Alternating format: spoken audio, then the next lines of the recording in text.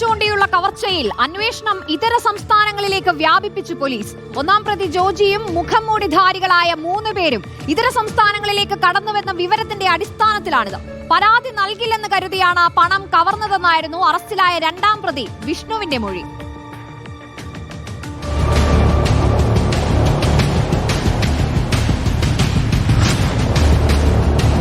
കൃത്യത്തിൽ നേരിട്ട് പങ്കുള്ള 1ാം പ്രതി ജിജോയെയും മുഖംമൂടിധാരികളായ 3 പേരെയുമാണ് ഇനി പിടികൂടാനുള്ളത്. എറണാകുളം എസ്.പിയുടെ നേതൃത്വത്തിലുള്ള 14-അംഗ സംഘം കേരളത്തിൽ വിവിധയിടങ്ങളിലായി പരിശോധന നടത്തിയെങ്കിലും കണ്ടെത്താൻ കഴിഞ്ഞില്ല. പ്രതികൾ കേരളം വിട്ടെന്ന വിവരത്തിന്റെ അടിസ്ഥാനത്തിലാണ് അന്വേഷണം ഇതര സംസ്ഥാനങ്ങളിലേക്ക് വ്യാപിപ്പിച്ചത്. പണം നഷ്ടപ്പെട്ട കുണ്ടന്നൂരിലെ സ്റ്റീൽ വിൽപ്പന കേന്ദ്രത്തിന്റെ ഉടമ സുബിൻ പരാതി നൽകില്ലെന്ന് കരുതിയാണ് പണം കവർന്നതെന്നായിരുന്നു 2ാം പ്രതിയായ വിഷ്ണുവിന്റെ മൊഴി. അറസ്റ്റിലായ അഭിഭാഷകൻ നിഖിൽ നരേന്ദ്രൻ കവർച്ച ആസൂത്രണം ചെയ്തവരിൽ ഒരാളാണെന്ന കണ്ടെത്തലിലേക്കും പോലീസ് എത്തിയിട്ടുണ്ട്.